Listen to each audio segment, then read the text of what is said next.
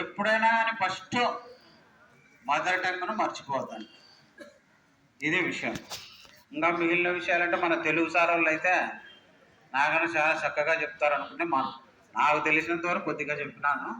తర్వాత క్రీడా దినోత్సవం, ముఖ్యంగా మీకు చదువు ఎంత ముఖ్యమో క్రీడలు కూడా అంతే ముఖ్యం, ఆటలు. అందుకే మీకు టైం టేబుల్లో కూడా ఇచ్చింటారు చూడండి, సబ్జెక్టులు అన్నీ ఇచ్చిన తర్వాత పీఈడి ఫిజికల్ డైరెక్టర్ అని ఇచ్చింటారు చూడు, ఫిజికల్ ఎడ్యుకేషన్ ఇవన్నీ. అవన్నీ స్పోర్ట్స్ ఎందుకు, మీకు ఫిట్నెస్ బాగా ఉండాలనే ఉద్దేశంతో, ఆరోగ్యంగా బాగుండాలా, అన్ని మంచి అలవాట్లు రావాలా, క్రమశిక్షణ రావాలా, ఇవన్నీ ఉద్దేశంతోనే ఈ క్రీడలు కూడా పెట్టిండేది.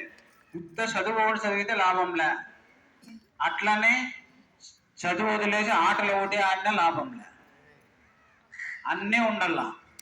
కానీ రెండు చేయాలంటే కొద్దిగా కష్టమే, బ్యాలెన్స్ చేయాలంటే చదువు బాగా చదివి ఆటల్లో కూడా ఇండియాలో నెంబర్ 1 రావాలన్నా కొంచెం కష్టం. కాబట్టి కొంతమంది ఇట్లా చదువు మీద వెళ్ళిపోతుంటారు, కొంతమంది అదే పనిగా స్పోర్ట్స్ స్కూల్స్ ఉన్నాయి, అంటే గేమ్స్ స్కూల్స్, స్పోర్ట్స్ స్కూల్ అదే పనిగా పెట్టినారు.